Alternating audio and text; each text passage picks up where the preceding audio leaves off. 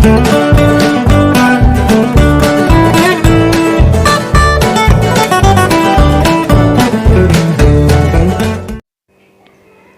assalamualaikum. Okay, based on the pictures, I know that you can guess what we gonna learn today. Yep. So today we gonna learn about procedure text.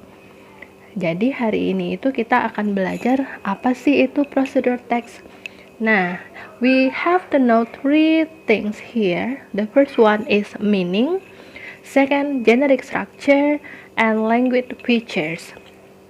Meaning itu artinya apa sih, definisi dari prosedur teks, and struktur teksnya gimana, dan berikutnya struktur bahasa yang digunakan di dalam prosedur teks itu seperti apa. Okay, now we come to the first one, meaning. Meaning itu adalah definisi. Apa sih itu prosedur teks? Apa aja sih yang akan kita pelajari di sini? Okay, so let's see here. Procedure text is the text that tell us about how to make or how to do something in step or sequences.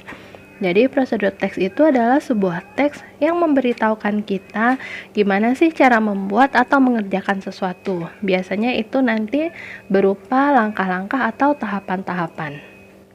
And then we come to the generic structures of procedure text. Nah, sekarang kita masuk lagi ke struktur dari teks atau struktur dari sebuah prosedur teks itu. Apa-apa aja sih bagian-bagian yang ada di dalam prosedur teks? Okay, check it out. The first one atau the first part, bagian pertama itu adalah aim atau goal.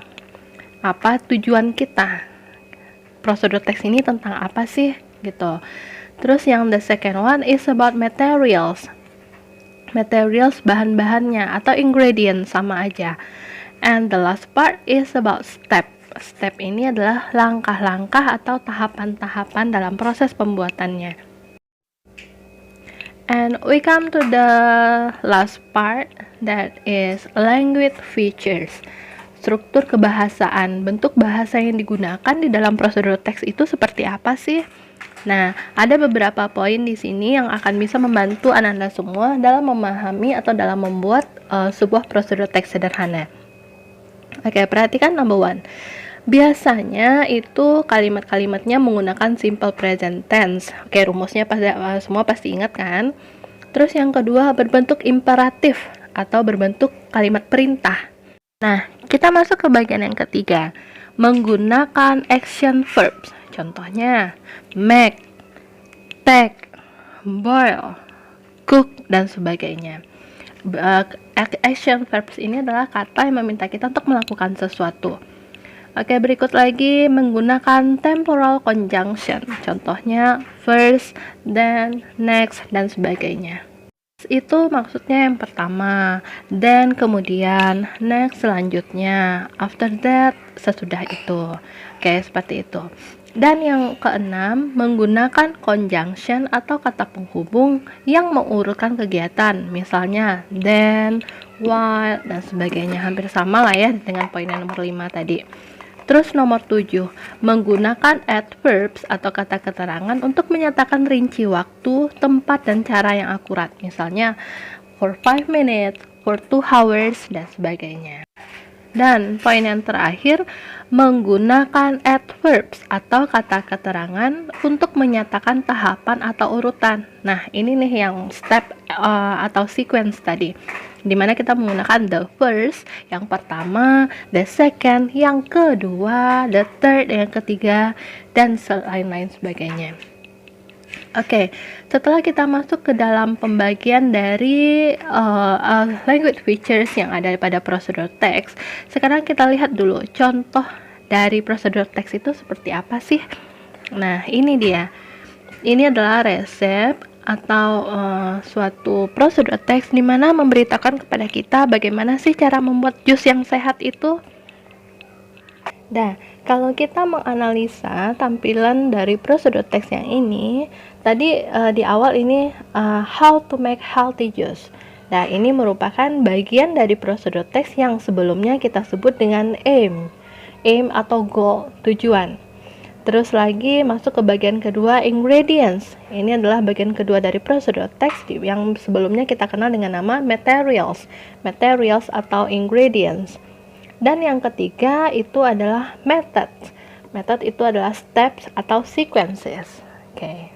Nah, coba Anda perhatikan di bagian ingredients itu tertulis lengkap. Misalnya berapa sih batang seledri yang dibutuhkan, terus berapa buah apel yang dibutuhkan juga, terus ada keterangan cut into pieces.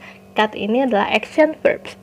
Dan juga di bagian method ini udah dijelasin juga langkah-langkah yang membantu kita sehingga kita nanti bisa membuat sebuah jus yang sehat. Oke. Seperti itu, Ananda boleh dibaca ini, diperhatikan betul, dianalisa apakah bagian-bagiannya sudah sesuai dengan apa yang kita pelajari di awal tadi. Oke ya. Oke, nah slide berikut ini adalah cara membuat jus sehat di dalam versi bahasa Indonesianya. Mungkin bagi Ananda yang belum paham tadi versi Inggrisnya, Ananda bisa memahami lewat tampilan dari resep yang berbahasa Indonesia ini. Semoga mudah dipahami ya.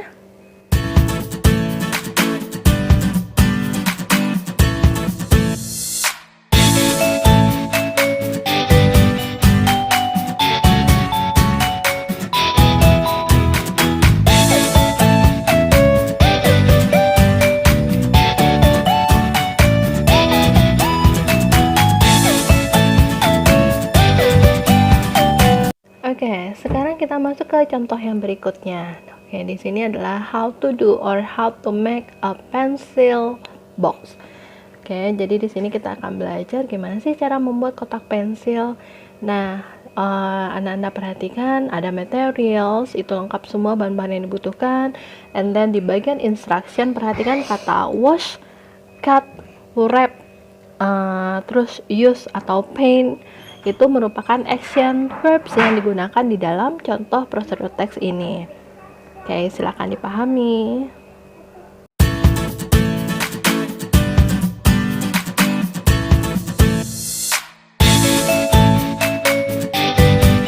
Oke, Ananda semua, sekian topik kita hari ini. Semoga dari video ini Ananda memahami tentang prosedur teks.